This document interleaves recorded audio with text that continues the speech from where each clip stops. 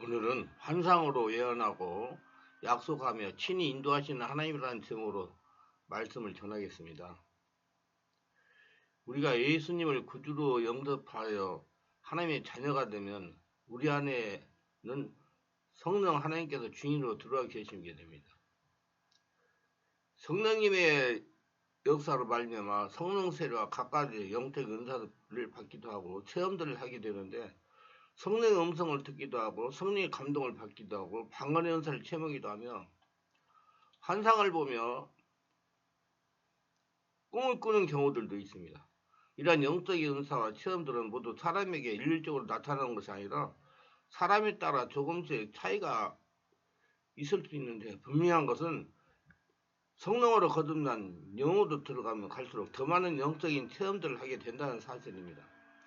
영의 공간에 들어왔기 때문에 영의 공간에서 나타나는 현상들을 체험해 갈 수가 있는 것입니다. 이러한 영적인 체험들 중에 쉽지 않은 것이 바로 하나님의 음성을 직접 들으며 대화를 하는 것입니다. 성경에 보면 하나님의 음성을 직접 듣는 경우들이 나오기는 하지만 그것이 흔하게 일어난 일이 아니었고 아무나 체험할 수 있는 것도 아니었어요. 그만큼 하나님 앞에 합당한 사람들이 하나님의 음성을 직접 들을 수가 있었고, 그 중에서도 극히 소수만이 하나님의 형상을 배웠습니다. 오늘날 예수를 믿는 많은 사람들 중에 하나님의 음성을 직접 듣고 대화했다고 말하는 사람들 흔히 나오는데, 그 중에는 친히 하나님의 음성을 들은 사람도 간혹 있겠지만은 성령께서 역사하시는 교회 시대인 지금은 성령께서 하나님의 뜻을 알게 하는, 깨닫게 하는 경우가 많습니다. 때로는 천사를 통해 말씀하기도 합니다. 또한 사단의 역사를 받는 경우가 있기 때문에 성령의 역사 가운데 영적인 체험들을 해나가는 것은 중요하지만 반드시 영적으로 앞서 있고 먼저 그 길을 체험해 나가는 사람이 바른 길을 갈 수 있도록 인도해 주는 것이 필요합니다. 오늘 하나님께서 창세기 15장 1절로 3절에 이후에 여호와의 말씀이 환상 중에 아브라함에 임하여 이르시되, 아브라함아 두려워하지 말라.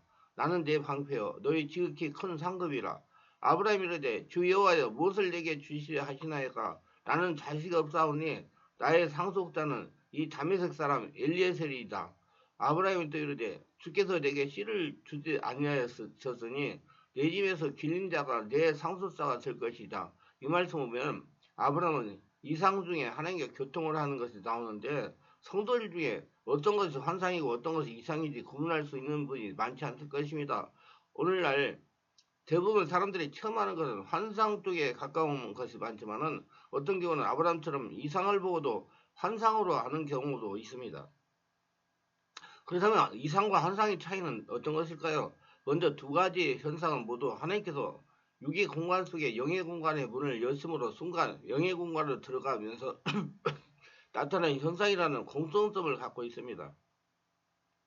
또한 영의 눈과 영의 귀를 열어보고 듣게 하시는 체험적인 현상들을 둘 다 비슷하죠. 하지만 이상과 환상은 영의 공간을 얼마나 넓게 혹은 좁게 활용하여 펼쳐주시냐 하는 차이점을 가지고 있습니다.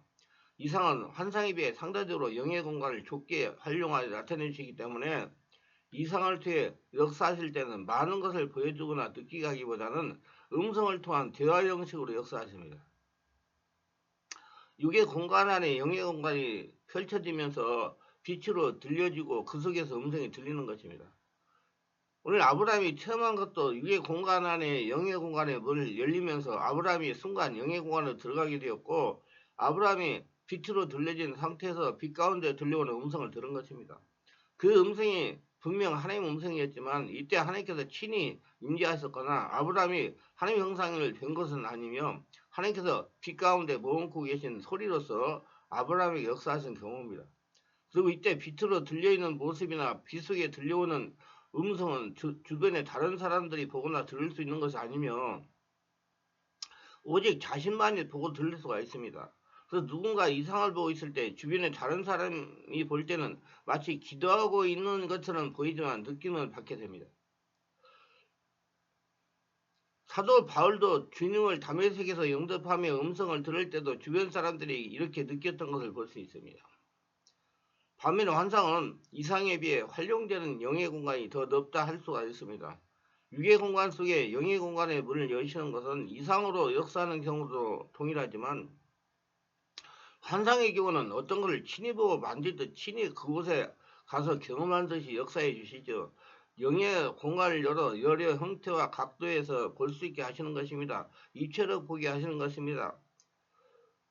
하나님의 말씀이 환상 중에 아브라함이 임하셨는데 자연 영역을 초월한 하나님의 계시 전달 방법으로 일반적으로는 꿈이나 비몽 사몽간 황홀한 상태에서 주어지는 경우가 대부분이지만 아브라함은 현실 속에서 특별한 경우로 임재하셨습니다.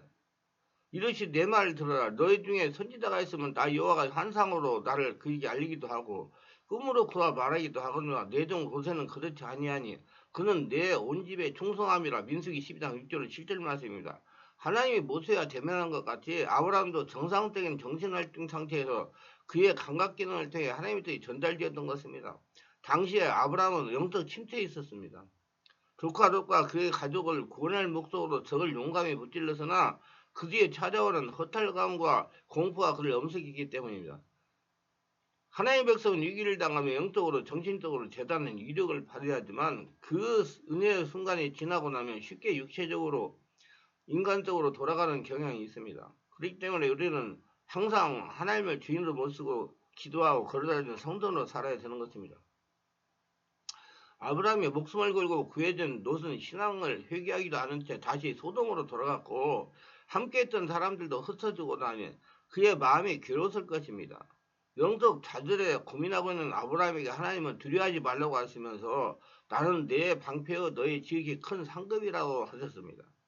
아브라함의 고민을 잘 알고 계시는 하나님은 두 가지 문제를 동시에 해결해 주셨던 것입니다. 첫째로 내가 너의 방패라고 하신 말씀은 어떤 상황이나 즉 위험이나 환란이나 전쟁이나 삶의 폭풍이 몰아친다 하더라도 하나님이 보호하시고 피난처가 되어주신다는 말입니다. 이스라엘아 여호와를 의지하라. 그는 너의 도움이시오 너희의 방패시로다. 아론의 집에서 여호와를 의지하라. 그는 너희의 도움이시오 너희의 방패시로다. 여호와를 경외하는 자들아 너희는 여호와를 의지하라. 그는 너희의 도움이시오 너희의 방패시로다. 시편 115편 9절 11절.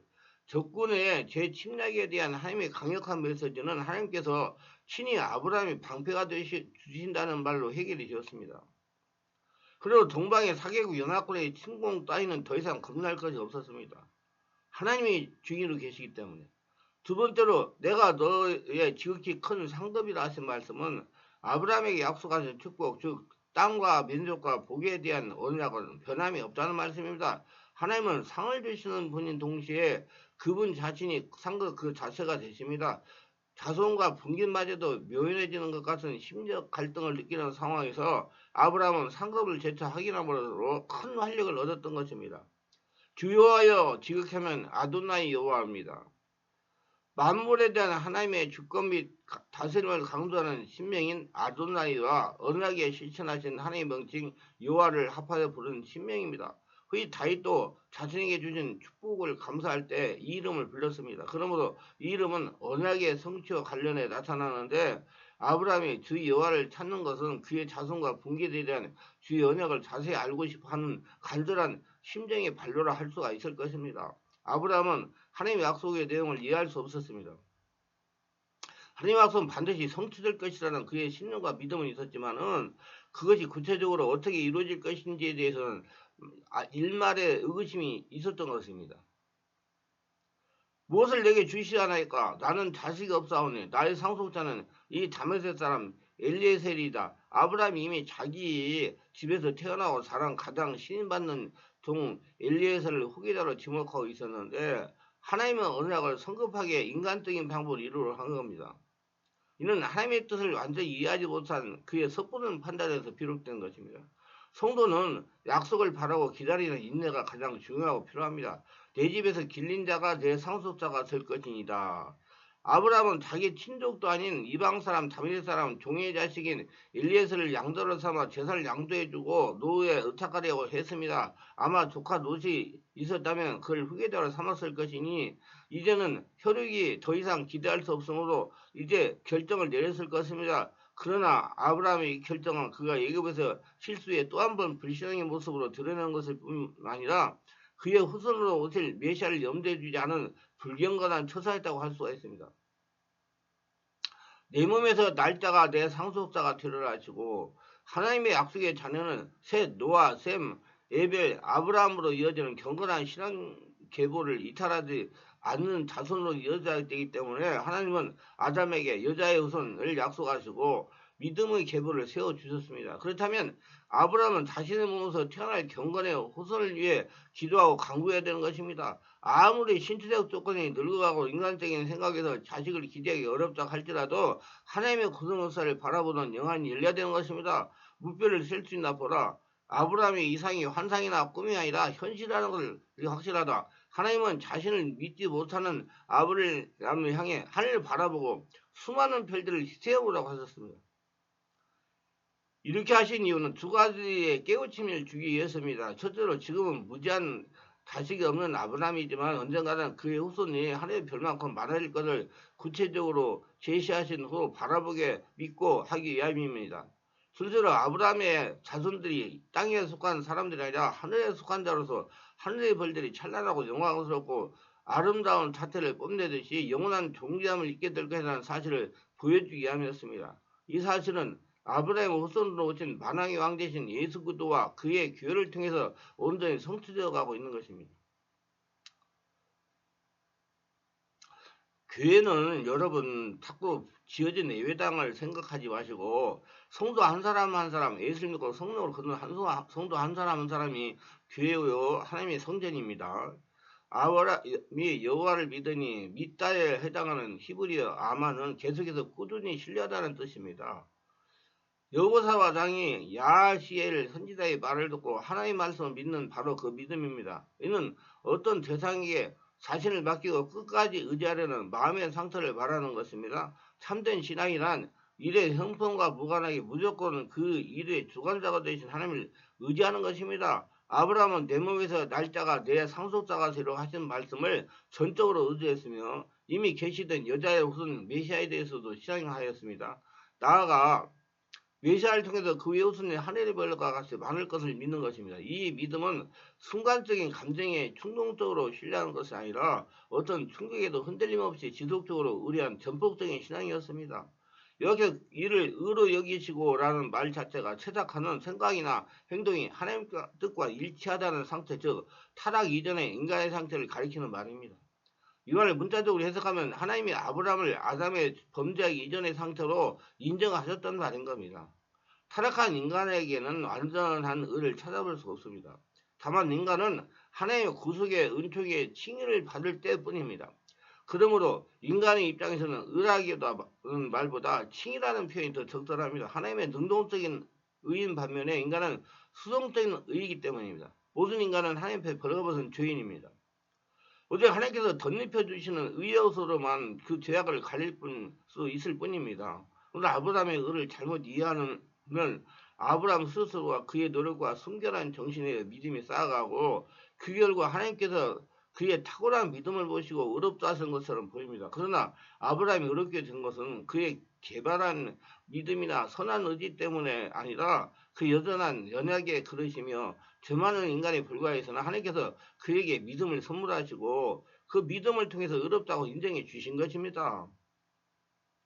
아브라함은 신앙에 심히 연약했던 애굽 사건뿐만 아니라 가나안 남북 전쟁으로 두려워하고 떨며 불안해한 것이라든지 하나님의 이루를 받았음에도 불구하고 무자식을 거론하고 임의로 상속자를 천거한 것을 보면 거의 믿음이라고는 찾아볼 수 없을 정도로 미미합니다. 오직 하나님의 은혜로운 경륜에 의해서 그의 믿음은 성숙해졌고 의롭다 하심을 받은 것입니다. 하나님 은혜된 것이라 이 말입니다. 이처럼 인간의 의롭게 되는 것은 유일한 방법은 믿음이며 그 믿음을 가능케 하시는 분은 하나님이십니다. 죄를 용납하시고 의인되게 하시는 하나님의 은혜와 긍휼은 진정 죽을 수밖에 없는 우리를 살리시는 유일한 능력인 겁니다. 여기시고 헬라 조기도마이로 번역된 하세부는 정하다, 계산하다라는 뜻으로 여기서 정가된 의를 나타냅니다. 이는 사실은 그렇지 않지만 그런 것으로 간주해준다는 것의 의미입니다. 성경에서 전가된 대표적인 예는 세 가지가 있습니다. 첫째로 전 인류에게 전가된 아담의 죄입니다. 둘째로 그리스도에게 전가된 인류의 죄입니다. 셋째로 그리스도를 믿는 모든 죄인에게 전가된 하나님의 의입니다. 그리고 이것은 죄인된 우리가 의로 간주되기 위해서는 그리스도를 말미암아 그분의 의가 우리에게 완전히 온전히 옮겨졌다는 사실을 믿는 믿음이 수반되어야 되는 것입니다. 그래서 믿어야 됩니다. 그래서 하나님께서는 여러분 필요할 때는 음성으로, 필요할 때는 감동으로, 필요할 때는 꿈으로, 필요할 때는 환상으로, 어떤 때는 이상으로, 어떤 때는 천사를 통해서 말씀을 하기도 하기 때문에 모든 통로를 열어놓고 예, 하나님과 일대일 관계가 되면서 걸어가시면 하나님께서 필요한 방법, 자신에게 필요한 방법, 그때그때 상황에 따라서 하나님께서 예언하시고 계시를 들려주시고 예, 언약을 하시고 약속을 하시고 인도하신다는 걸 아시고 항상 성령 은혜 충만하게 지내시기를 예수님으로 축원합니다. 기도를 성령으로 바르게 하면서 성령으로 세를 받고 충만받고 은혜 받아서 하나님과 직접적인 대화하며 교통하며 하나님의 예언 계시를 받고 약속을 받고 따라가기 원하신 분은 충만한 교회에서 올라 금토에 하는 온몸 집중 치유기도 집회에 참석해서 은혜를 받으면 좀 더 빨리 성령으로 체험하고 은혜가 충만해질 겁니다. 기도합니다. 오늘도 저희 설교를 끝까지 시청하신 분들 축복해 주옵소서. 특별하게 축복하실 분들은 구독, 좋아요, 알림 설정하신 분들 기억하시고 항상 성령으로 충만한 하나님과 직접적으로 대화하며 하나님의 계시를 받고 예언을 받고 하나님의 약속을 받고 따라가는 복된 자가 되게 하여 주시옵소서. 예수님 이름으로 기도드리나이다. 아멘.